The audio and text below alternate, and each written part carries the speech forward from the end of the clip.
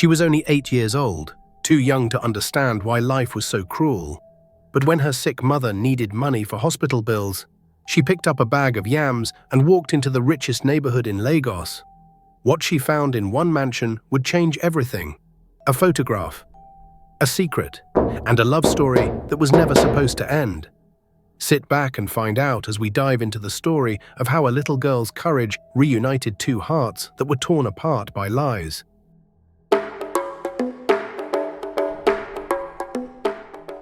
In a small hospital room in the heart of Ikeja, a little girl sat quietly beside her mother's bed. Her name was Victory, and she was only 8 years old. Her mother, Lilith, lay still under a thin white sheet. Her face was pale, covered in sweat, and her breathing was slow and heavy. Victory held her mother's hand tightly, even though it felt cold and lifeless. The room smelled of medicine and sadness. The walls were painted a dull green, and the ceiling fan above them barely moved. Victory didn't cry. She had learned not to cry a long time ago. Crying didn't change anything. It didn't bring food. It didn't pay bills. It didn't make her mother better. Victory looked at her mother's face and whispered, "Mummy, please wake up. I'm here." But her mother didn't move. Her eyes stayed closed. Her lips stayed silent. Just then, the door opened. A tall man wearing a white coat walked in. It was Dr. Adebayo, the hospital doctor. He held a brown file in his hand and looked tired. He stopped at the foot of the bed and looked at Victory with eyes that said he had bad news. "Good afternoon, young lady," he said gently. Victory stood up quickly and answered, "Good afternoon, sir." Dr. Adebayo opened the file and flipped through some papers. Then he sighed. "Your mother's condition is stable for now, but she needs more treatment. We've given her some drugs to bring down the fever, but we need to run more tests." Victory nodded. "Okay, sir." The doctor paused, then said the words she feared the most. "But there's a problem. The hospital bill is now 45,000 naira. If we don't receive payment by tomorrow morning, I'm sorry, but we'll have to stop the treatment." Victory's heart sank. 45,000 naira. She didn't have that kind of money. She didn't even have 5,000 naira. "Sir, please," she said, her voice shaking, "please don't stop treating my mummy. I will find the money, I promise." Dr. Adebayo looked at her with pity. He had seen too many cases like this. Poor families, sick patients, no money. "I'm sorry," he said quietly. "But this is a hospital, not a charity. We have our rules." Victory swallowed hard. "I understand, sir. But please, just give me until tomorrow. I will bring the money." The doctor stared at her for a moment, then nodded slowly. "Tomorrow morning, 8 a.m. sharp. If the money is not here, we'll have to discharge her." "Thank you, sir," Victory said, her voice barely above a whisper. Dr. Adebayo walked out of the room, leaving Victory alone with her unconscious mother. She sat back down on the edge of the bed and looked at her mother's face. Tears filled her eyes, but she blinked them away. She leaned forward and kissed her mother's forehead gently. "Don't worry, Mummy," she whispered. "I will get the money. I promise." She stood up, adjusted her school uniform dress, and walked out of the hospital room with a heavy heart but a strong will. Victory knew exactly what she had to do. The small apartment where Victory and her mother lived was not far from the hospital. It was just one room with a tiny kitchen in the corner and a bathroom that barely worked. The paint on the walls was peeling off, and the ceiling had brown stains from old rainwater, but it was home. Victory pushed open the door and stepped inside. The room was quiet. Too quiet. She missed hearing her mother's voice, her mother's laughter, her mother's songs while cooking. She walked to the corner where her mother kept the yams. There were about 15 of them in a large brown sack. Her mother used to sell them every evening by the roadside to make money for food and rent. But now her mother was too sick to sell anything. Victory bent down, grabbed the sack, and tried to lift it. It was too heavy. She pulled again, this time with all her strength. The sack moved a little. She dragged it toward the door, one pull at a time. Her arms hurt, her back hurt, but she didn't stop. When she finally got the sack outside, she tied the top with a rope and placed it on her head, the way she had seen her mother do many times. It was so heavy that her neck bent slightly to the side, but she balanced it and started walking. Victory didn't go to the poor neighborhoods. She knew the people there had no money. Instead, she walked toward the rich part of town, Victoria Island, where the big houses and fancy cars were. It was far, but she didn't care. She had to save her mother. As she walked under the hot afternoon sun, people stared at her. Some shook their heads, some whispered. But no one helped her carry the load. No one asked if she was okay. Victory kept walking. After almost an hour, she finally reached Victoria Island. The streets were cleaner here. The houses were bigger, the gates were taller. Everything looked different. Victory stopped in front of the first house she saw. It had a tall black gate with sharp edges on top. She knocked on the gate. A security guard opened a small window and looked down at her. "What do you want?" he asked rudely. "Good afternoon, sir," Victory said politely. "I'm selling yams." "Fresh yams. Do you want to buy?" The guard laughed. "Are you mad? Do we look like people who buy yams from the street? Go away before I call the police." He slammed the window shut. Victory's heart hurt, but she moved to the next house. At the second house, a woman opened the gate herself. She looked at Victory with disgust. "Why is a dirty little girl knocking on my gate? Go away, we don't want anything from you." She didn't even let Victory speak before she shut the gate in her face. Victory moved to the third house. This time, a young man opened the gate. He looked at her and smiled a little. "What are you selling, small girl?" he asked. "Yams, sir. Fresh yams, only 500 naira per tuber." The man looked at the sack on her head and felt a little pity. He brought out his wallet and gave her 1,000 naira. "Take this. Keep the yams. Use the money to buy something to eat." Victory's eyes lit up. "Thank you, sir. God bless you." The man nodded and closed the gate. Victory continued walking, knocking on more gates. Some people bought from her, some gave her money without taking the yams. Some insulted her and told her to leave. By evening, Victory had sold about half of the yams. She counted the money in her hand. 18,000 naira. It was a lot, but it was still not enough. She needed 45,000 naira. She looked at the remaining yams in her sack and sighed. Then she saw it. At the end of the street, standing tall and proud, was the biggest mansion she had ever seen. It had white pillars, a golden gate, and a long driveway lined with flowers. The house looked like something from a movie. Victory took a deep breath. "This is my last chance," she whispered to herself. She walked toward the mansion, her legs tired, her shoulders aching, but her hope still strong. When she reached the golden gate, she knocked gently. A security guard in a black uniform opened it and frowned at her. "What do you want?" he asked sharply. "Please, sir, I'm selling yams. Can I speak to the owner of the house?" "Are you crazy?" the guard shouted. "Do you know who lives here? This is the house of Mr. Philip Johnson, one of the richest men in Lagos. He doesn't have time for street sellers like you. Go away." Victory didn't move. "Please, sir. Just let me try. My mother is sick. I need money for her hospital bill." The second guard, a younger man, walked over. "Ogre, leave this small girl alone. She's just a child. Let's throw her out." They grabbed Victory by the arm and started pulling her away from the gate. Victory struggled.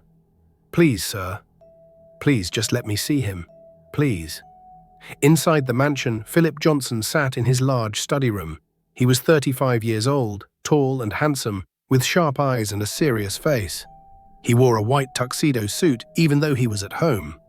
On his desk were piles of documents, contracts, and business files. He was on the phone, arguing with someone. "I don't care what the board says. If they don't agree to my terms, I'll pull out of the deal completely." As he spoke, he glanced out of the window that overlooked the front gate. That's when he saw it. 2 security guards were pulling a small girl away from the gate. The girl was crying, begging, holding a sack on her head. Philip's heart tightened. He didn't know why, but something about the scene bothered him. He ended the call abruptly. "I'll call you back." He stood up, walked out of the study and went straight to the front door. His housekeeper, Mrs. Clara, saw him and asked, "Sir, where are you going?" "Outside," he said without stopping. He opened the door and walked down the long driveway toward the gate. The guards saw him coming and immediately let go of the girl. They stood at attention. "What's going on here?" Philip asked, his voice calm but firm. "Sir, this small girl came to disturb us," the first guard said quickly. "We were just sending her away." Philip looked at Victory. She was small, thin, and her dress was dirty. Her eyes were red, but she wasn't crying anymore. She stood there, holding the sack tightly, staring at him with a mix of fear and hope. "Let her in," Philip said. The guards looked shocked. "Sir?" "I said let her in." "Yes, sir." They opened the gate immediately. Victory stepped inside slowly, her heart pounding. She had never been inside such a big compound before. The driveway was smooth and shiny. The flowers were bright and beautiful. Everything looked so clean, so perfect. Philip walked closer to her and stopped a few feet away. "What's your name?" he asked gently. "Victory, sir," she answered, her voice quiet. "Victory," he repeated. "What are you doing here?" Victory looked down at the ground. "I'm selling yams, sir. My mother is sick in the hospital. The doctor said if I don't pay 45,000 naira by tomorrow morning, they will stop treating her." Philip's chest tightened again. He looked at the sack on her head. "How old are you, Victory?" 8 years old, sir." 8 years old, Philip whispered. "And you're out here selling yams alone?" "Yes, sir. I have no one else. My father is dead. It's just me and my mummy." Philip felt something break inside him. He had seen many people beg for money before, but this was different. This was a child who should be playing, not carrying heavy loads and knocking on strangers' gates. "How much have you made so far?" he asked. Victory reached into her pocket and brought out the crumpled notes. 18,000 naira, sir." Philip nodded. "And how much do you still need?" 27,000 naira, sir." Philip looked at her for a long moment. Then he said, "Wait here. I'll help you." Victory's eyes widened. "Really, sir?" "Yes. But first, let me take you inside." "You look tired." Victory hesitated. "Sir, I don't want to trouble you." "It's no trouble," Philip said with a small smile. "Come." He led her up the driveway past the fountain and into the mansion. Victory's mouth fell open. The inside of the house was even more beautiful than the outside. The floors were made of shiny marble. The walls had big paintings. The ceiling was high with a crystal chandelier hanging in the center. "Wait here," Philip said, pointing to a chair in the large sitting room. "I'll go get my wallet." Victory sat down carefully, afraid to touch anything. She placed the sack of yams on the floor beside her. Philip walked toward his study room, which was just down the hallway. As Victory waited, she looked around. Everything was so beautiful, so clean, so expensive. Then her eyes landed on something that made her heart stop. The door to the study room was slightly open. Through the crack, she could see inside. And there, on the wall behind the desk, was a large framed photograph. Victory squinted and leaned forward a little. Her breath caught in her throat. She stood up slowly and walked closer to the door. She looked through the crack again, this time more carefully. The photograph was of a young woman. She had long black curly hair, a bright smile, and kind eyes. She was wearing a yellow dress and standing in front of a beach. Victory's hands began to shake. Her heart began to pound. She knew that face. She had seen that face every single day of her life. It was her mother. Victory pushed the door open a little more and stepped inside the study room. She walked closer to the photograph, her eyes wide, her mouth open. She stood there, frozen, staring at the picture. "That's my mommy," she whispered. Philip was at his desk, opening a drawer to get his wallet. He heard her voice and turned around. He saw her standing in front of the photograph, staring at it like she had seen a ghost. "Victory," he said, confused. "What are you doing?" Victory turned to look at him, her eyes filled with tears. "Sir," she said, her voice trembling, "why is my mummy's picture in your house?" Philip froze. The room went silent. He stared at her, his mind spinning. "What did you say?" "That picture," Victory said, pointing at the wall. "That's my mummy." "Why do you have her picture?" Philip's face went pale. He walked toward the photograph slowly, then looked back at Victory. "Your mother," he whispered. "Yes, sir. Her name is Lilith. That's my mummy." Philip felt the ground shift under his feet. His heart started pounding so hard he thought it would burst. He looked at the picture, then at Victory, then at the picture again. "Lilith," he whispered, his voice breaking. "Your mother's name is Lilith?" "Yes, sir." Philip's eyes filled with tears. He covered his mouth with his hand and turned away. His whole body was shaking. Victory didn't understand what was happening. She just stood there, confused and scared. Then, from behind them, a sharp voice cut through the silence. "What is going on here?" Victory and Philip both turned around. Standing in the doorway was an old woman. She was tall, elegant, and dressed in expensive clothes. Her face was hard, her eyes cold. It was Mrs. Patricia Johnson, Philip's mother. She looked at Victory with disgust. "Who is this dirty child? And why is she in my son's study?" Philip wiped his eyes quickly. "Mother, this is— I don't care who she is," Mrs. Patricia snapped. "Get her out of here." Now, Victory took a step back, frightened. Philip tried to speak again. "Mother, please, just listen." "No," Mrs. Patricia said firmly. She walked toward Victory and pointed at the door. "You get out, now." "But Victory started. "I said get out," Mrs. Patricia shouted. She grabbed Victory by the arm and pulled her toward the door. "Mother, stop," Philip said, his voice rising. But his mother didn't listen. "This girl is a scammer," Mrs. Patricia said coldly. "She saw the picture and now she's trying to manipulate you. She's lying. She's using your pain to get money from you." "No, Ma, I'm not lying," Victory cried. "That's really my mummy." "Shut up," Mrs. Patricia hissed. She dragged Victory out of the study, through the sitting room, and out the front door. She pushed her down the driveway and shouted at the guards. "Throw this girl out and make sure she never comes back." The guards opened the gate and pushed Victory outside. She fell to the ground, scraping her knee. The sack of yams fell beside her. The gate slammed shut. Victory sat on the ground, crying. Her knee was bleeding. Her heart was breaking. She didn't understand what had just happened. She didn't understand why that woman was so angry. But she had to go. She had to get back to her mother. She picked up the sack, wiped her tears, and started walking back to the hospital. By the time Victory reached the hospital, it was already evening. Her legs were tired, her arms were sore, her knee was still bleeding. But she didn't care. She had the money. She went straight to the reception desk and handed the 18,000 naira to the nurse. "Please, Ma. This is for my mother's bill. Her name is Lilith." The nurse counted the money and shook her head. "This is not enough. The bill is 45,000 naira.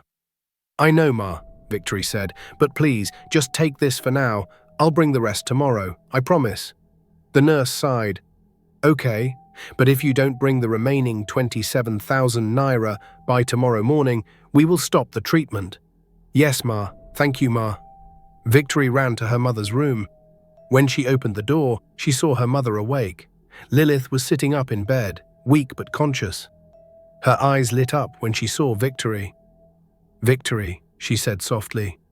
"Where have you been? I was so worried." Victory ran to her mother and hugged her tightly. "Mommy, you're awake." Lilith stroked her daughter's hair. "Yes, my baby. I'm awake. But where did you go? It's already night." Victory pulled away and looked at her mother. "Mommy, I went to sell yams." "I needed money for your hospital bill." Lilith's eyes filled with tears. "Victory, you didn't have to do that. You're just a child. But Mommy, the doctor said if we don't pay, they'll stop treating you." "I had to do it." Lilith held her daughter's face in her hands. "My strong girl, I'm so proud of you." She paused and looked at Victory's torn dress and bleeding knee. "But what happened to you? Why are you hurt?" Victory sat on the edge of the bed and took a deep breath. "Mommy, something strange happened today." "What happened?" Lilith asked, her voice full of concern. Victory began to tell her story slowly. "I was selling yams in Victoria Island. Some people bought from me, some people chased me away. But then I reached this very big house, the biggest house I've ever seen, Mommy. It had a golden gate and white pillars." Lilith listened quietly, her heart starting to beat faster. "The guards at the gate didn't want to let me in," Victory continued. "They were pushing me away. But then a man came out of the house. He told them to let me in." Lilith's hands began to tremble. "What man?" she whispered. A tall man, Mommy. He was wearing a white suit. He had kind eyes. He asked me my name and why I was selling yams. I told him about you, about how you're sick. He said he would help me. Lilith's eyes widened. Then what happened? He took me inside the mansion, Victory said. Mommy, the house was so beautiful, like the ones we see on TV. He told me to wait in the sitting room while he went to get his wallet. Lilith's breathing became faster, and then Victory looked at her mother with innocent eyes. Mommy, I saw something through the door of his study room. There was a big picture on the wall. And Mommy, her voice dropped to a whisper, it was your picture. Lilith gasped. Her hand flew to her mouth. No, she whispered. No, no, no. Yes, Mommy, Victory said. It was you. You were wearing a yellow dress and standing near the sea. You looked younger, but it was definitely you. I asked him why he had your picture. Lilith's whole body started shaking. Tears rolled down her cheeks. What did he say? He didn't say anything, Mommy. He just stared at me like he saw a ghost. He started crying, but then an old woman came. She was very angry. She shouted at me and called me a liar. She said I was trying to trick them. Then she dragged me out of the house and told the guards to throw me out. Lilith covered her face with both hands and began to sob. Oh God, no. Mommy, what's wrong? Victory asked, frightened by her mother's reaction. Why are you crying? Lilith tried to compose herself, but her hands were still shaking. She looked at Victory with eyes full of pain and fear. Victory, listen to me very carefully. We need to leave this hospital tonight. What? But Mommy, you're still sick. The doctor said. I don't care what the doctor said, Lilith said urgently. We need to leave. We need to leave Lagos. We need to go far away, where they can't find us. Mommy, you're scaring me, Victory said, her voice trembling. Who can't find us? Lilith took her daughter's hands and held them tightly. Victory, that man you saw today, that man in the mansion, do you remember his face? Victory nodded. Yes, Mommy. Victory, Lilith said, her voice breaking. That man is your father. Victory's eyes went wide. For a moment she couldn't speak. She just stared at her mother, unable to process what she had just heard. What? She finally whispered. His name is Philip, Lilith said, tears streaming down her face. Philip Johnson. He's your father. But Mommy, Victory said, confusion written all over her face. You told me my father was dead. You said he died before I was born. Lilith shook her head, crying harder now. I lied, Victory. I had to lie. I had to protect you. Protect me from what? Victory asked, her voice rising. Mommy, I don't understand. If he's my father, why did we run away? Why have we been living in poverty? Why didn't you tell me? Lilith pulled Victory closer and hugged her tightly. Because my baby, his mother wanted to kill you. Victory pulled back sharply. What? Lilith wiped her tears and took a deep breath. She knew it was time to tell her daughter the truth. The whole truth. Victory, sit down. I need to tell you a story. A story about how I met your father, about how much we loved each other, and about why we can never go back. Victory sat on the bed, her heart pounding, her mind racing. Lilith began to speak. 8 years ago, I was 22 years old. I worked as a receptionist at a hotel in Victoria Island. The hotel was very big and fancy. Rich people came there all the time. I was happy with my job. I was saving money to go back to school. Lilith paused, a small smile appearing on her face despite her tears. One day, a young man walked into the hotel. He was tall, handsome, and different. Most rich people who came to the hotel were rude. They treated us like we were nothing, but not him. He smiled at me. He asked me how my day was going. He treated me like I mattered. That was Daddy? Victory asked softly. Lilith nodded. Yes, that was Philip, your father. He started coming to the hotel more often. Every time he came, he would stop at my desk and talk to me. He would ask about my dreams, my family, my life. I told him I had no family, that I was an orphan, that I was working to survive. Lilith's eyes became distant, as if she was seeing the past. He didn't look at me with pity like others did. He looked at me with respect, with kindness. We became friends. Then we started meeting outside the hotel. We would go to the beach, to restaurants, to parks. He showed me a world I had never seen before. Then one day, Lilith continued, her voice soft, he told me he loved me. He said, "Lilith, I don't care that you have no family. I don't care that you have no money. I love you for who you are. You are the most genuine person I have ever met." And I loved him too, Victory. I loved him so much. Victory listened, tears forming in her own eyes. She had never heard her mother talk like this before. "We were together for almost a year," Lilith said, "the happiest year of my life. Then one day, I started feeling sick. I went to the hospital and the doctor told me I was pregnant. I was scared, Victory. So scared. But when I told Philip, he was so happy. He lifted me up and spun me around. He said, 'Lilith, this is the best news I've ever heard. We're going to be a family.'" Lilith's face darkened, but then he said he wanted me to meet his mother. He wanted to tell her about the pregnancy and about our plan to get married. I was so nervous. I knew his mother was a very powerful woman. She came from old money. She had high expectations. But Philip kept saying, "Don't worry, she will love you just like I love you." "But she didn't love me," Lilith said, her voice turning bitter. "The day Philip took me to meet her, she looked at me like I was trash. She asked me where I came from. I told her I was an orphan. She asked me what my parents did. I said they were dead. She asked me if I went to university. I said I only finished secondary school." Lilith's hands clenched into fists. Then she laughed. She laughed at me, Victory. She said, "So you expect me to let a nobody, a poor orphan with no education and no family background, become my daughter-in-law? You must be joking." Philip tried to defend me. He said, "Mother, I love her. I'm going to marry her whether you like it or not." "What did she say?" Victory asked. "She smiled," Lilith said, a cold, evil smile. She said, "Okay, Philip. If that's what you want, go ahead. Marry her. I won't stop you." Philip was so happy. He thought she had accepted me. But I saw something in her eyes. Something dark. Something dangerous. I knew she was lying. Lilith's voice dropped to almost a whisper. That night, I was sleeping in the small room I rented near the hotel. It was around midnight. I heard a knock on my door. When I opened it, Mrs. Patricia was standing there. She was alone. No driver, no bodyguard, just her. Victory's eyes widened. What did she do? "She walked into my room without permission," Lilith said. "She looked around at my poor furniture, my small bed, my old clothes. Then she looked at me and said, 'Let me make something very clear to you. You will never marry my son. You will never be part of my family.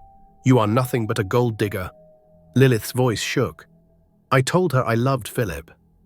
I told her I wasn't with him for his money, but she didn't care. She came closer to me and said in a voice so cold it made my blood freeze, "If you don't leave my son, I will kill that baby inside you, and if you think I'm joking, try me. I have the money and the power to make you disappear. No one will even know you existed." Victory covered her mouth in shock. "She said that?" Lilith nodded, tears flowing freely now. "Yes, and I knew she meant it. I could see it in her eyes. She wasn't bluffing. So that night, after she left, I packed everything I owned into one small bag. I took the little money I had saved, and I ran. I left Lagos and went to a village far away. I didn't tell Philip. I didn't tell anyone. I just disappeared." "But why didn't you tell Daddy?" Victory asked. "Maybe he could have protected us." Lilith shook her head. "Victory, you don't understand. Back then, Philip was still young. He was only 27 years old. Yes, he had money, but most of his wealth was still controlled by his mother. She had the power, the connections, the influence. If I had told him, he would have tried to fight her. And she would have destroyed him too. Or worse, she would have killed you before you were even born." Lilith looked at her daughter with eyes full of pain. "I chose you, Victory. I chose your life over my love. I spent my entire pregnancy hiding in that village. I had you in a small clinic. No friends, no family, just me and you. And when you were born, I looked at your tiny face and I knew I had made the right choice." Victory's tears fell silently. She didn't know what to say. "We moved back to Lagos when you were 2 years old," Lilith continued. "I thought enough time had passed. I changed my last name. I stayed away from Victoria Island. I worked hard to make sure we had food and shelter. And I told you your father was dead because I thought it would be easier than explaining the truth." Lilith held Victory's face in her hands. "But now they know. Now they've seen you. That old woman will not stop, Victory. She will find us. And she will do whatever it takes to make sure we disappear again. That's why we need to leave, tonight." Before Victory could respond,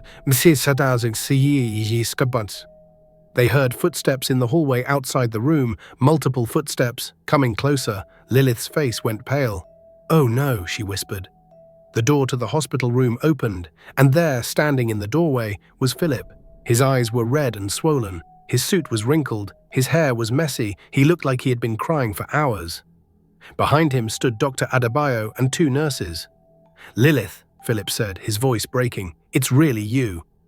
Lilith tried to get out of bed, panic written all over her face. "Philip, please, you need to leave. You need to go."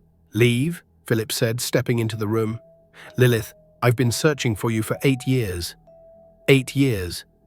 Do you know what that did to me? Do you know how many nights I stayed awake, wondering if you were alive or dead?" "Philip, please," Lilith started, but Philip raised his hand. "No," he said firmly, "no more running. No more hiding. I need to understand. Why did you leave me? Why did you take my daughter away from me?"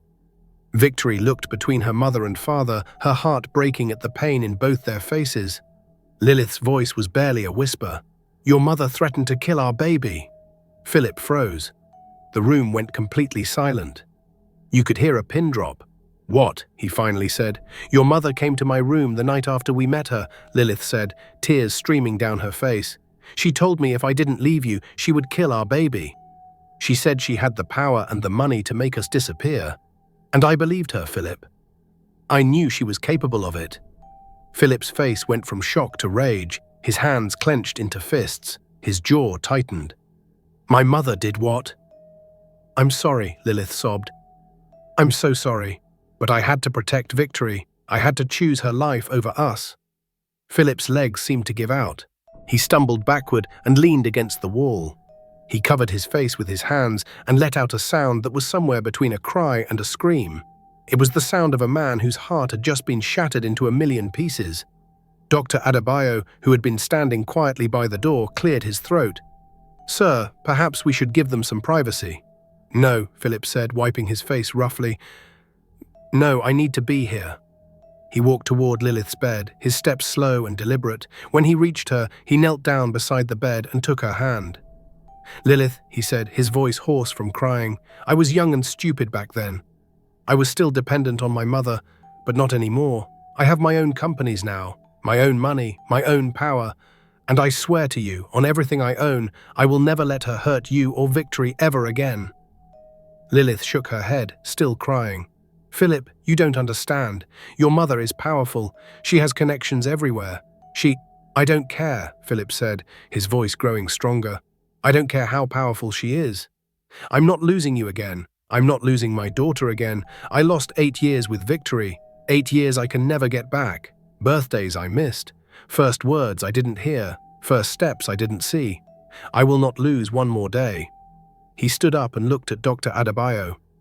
"Doctor, what's the total hospital bill?" "Sir, it's 45,000 naira, the doctor replied. "I'm paying it. All of it. Right now, and I want the best treatment for her, the best doctors, the best medicine, whatever it takes." "Philip, you don't have to—" Lilith started. "Yes, I do," Philip said. He pulled out his phone and made a call. "Hello, this is Philip Johnson. I'm at Ikeja General Hospital. I need you to transfer 100,000 naira to the hospital's account right now." "Yes, right now. Thank you." He ended the call and looked at the doctor. "The money will be in your account in the next 5 minutes. I'm also covering any additional costs for the next 2 weeks. I want her to get the best care possible." Dr. Adebayo nodded, clearly impressed. "Yes, sir. Thank you, sir. We'll make sure she gets excellent treatment." "My sweet family, before moving forward with the story, tell us where you are watching from. Lagos, Abuja, Accra, Nairobi, Johannesburg, London, Paris, Toronto." Write your location below so we know how far love and pain can travel in this world.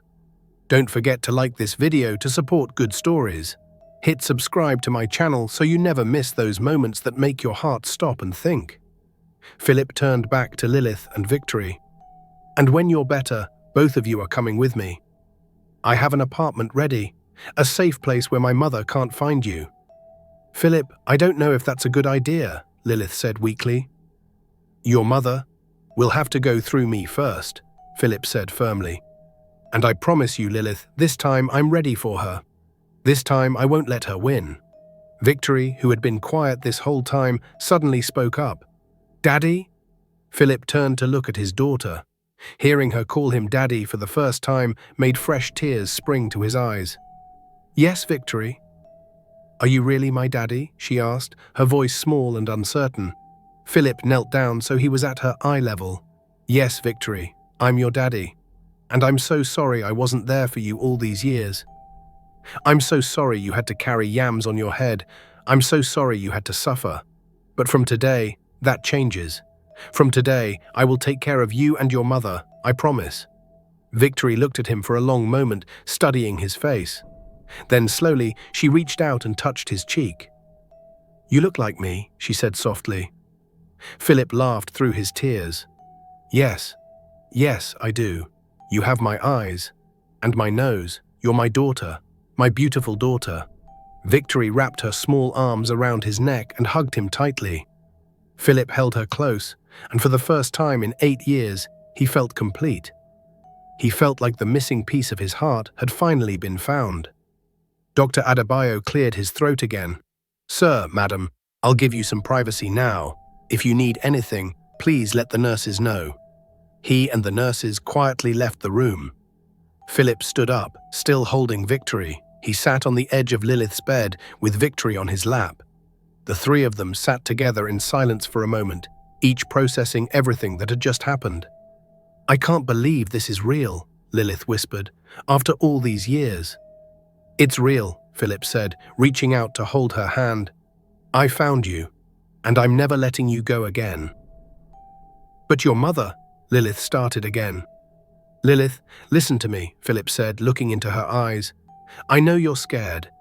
I know you have every reason to be, but I need you to trust me. Things are different now. I'm different now. I'm not the young man who was afraid to stand up to his mother. I'm ready to fight for us. For our family. Lilith looked at him, wanting to believe him, but fear still clouded her eyes. She's dangerous, Philip. You don't know what she's capable of. Then it's time I find out, Philip said, because I'm done living in fear. I'm done letting her control my life, and I'm done letting her keep me away from the people I love. Victory looked up at her father. Are we going to be a family now? Like other families? Philip smiled and kissed her forehead. Yes, baby girl. We're going to be a family, a real family. That night, after Philip left to make arrangements, Lilith lay in her hospital bed, unable to sleep. Her mind was racing. Part of her was happy. Philip had found them. He still loved her. He wanted to be a father to Victory. But another part of her was terrified. She knew Mrs. Patricia would not let this happen easily. Meanwhile, across town in the Johnson mansion, Mrs. Patricia sat in her large bedroom, also unable to sleep. She had noticed something was wrong with Philip. He had come home late, his eyes red, his face tense. When she asked him what was wrong, he simply said, "Nothing, mother," and went straight to his room. But Mrs. Patricia was not stupid. She had seen the way Philip looked at that little girl earlier. She had seen the shock on his face when the girl mentioned her mother's name. And she knew what that meant. She picked up her phone and dialed a number. "Hello, Chief." "Yes, it's Patricia. I need you to do something for me. Find out everything you can about a woman named Lilith. She used to work at the Imperial Hotel about 8 years ago." "Yes, that's right. I want to know where she is, who she's with, everything. Money is not a problem. Just get me the information." Tomorrow, the next morning, Philip arrived at the hospital early. He brought food, fresh clothes for both Lilith and Victory, and even toys for Victory. He had also arranged for a private room so Lilith could recover in comfort. "Good morning," he said cheerfully as he entered the room. "I brought breakfast."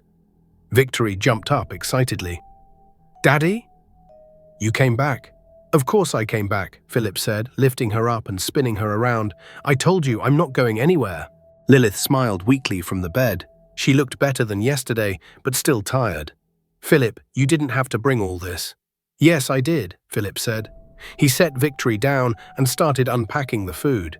I brought jollof rice, plantain, chicken and fresh juice. You both need to eat well. As they ate together, Philip told them about his plans. I have an apartment in Lekki. It's quiet, secure and comfortable. When you're discharged, you and Victory will move there. Philip, I can't let you do all this, Lilith protested. We can manage on our own. Lilith, please, Philip said, taking her hand. Let me do this. Let me take care of my family. I've missed 8 years. Don't take this away from me, too. Lilith looked at him and saw the sincerity in his eyes. She nodded slowly. Okay. Over the next week, Philip visited the hospital every single day. He brought food, books for Victory, flowers for Lilith, and most importantly, his presents. Victory began to open up to him. She told him about school, about her friends, about how her mother sold yams every day. Each story broke Philip's heart a little more. His daughter had suffered so much. His Lilith had struggled so much. And it was all because of his mother. On the 7th day, Dr. Adebayo came to check on Lilith. Good news, he said with a smile. You're recovering well. If everything continues like this, you can be discharged in 3 days. Philip smiled. That's wonderful news. But that afternoon, everything changed. Philip received a phone call from his assistant. Sir, your mother wants to see you urgently. She said it's important. Philip's jaw tightened. He knew this was coming. Tell her I'll be there in an hour. He turned to Lilith, who had heard the conversation. Fear was written all over her face. She knows, Lilith whispered. She knows you found us. It doesn't matter, Philip said firmly. Let her know.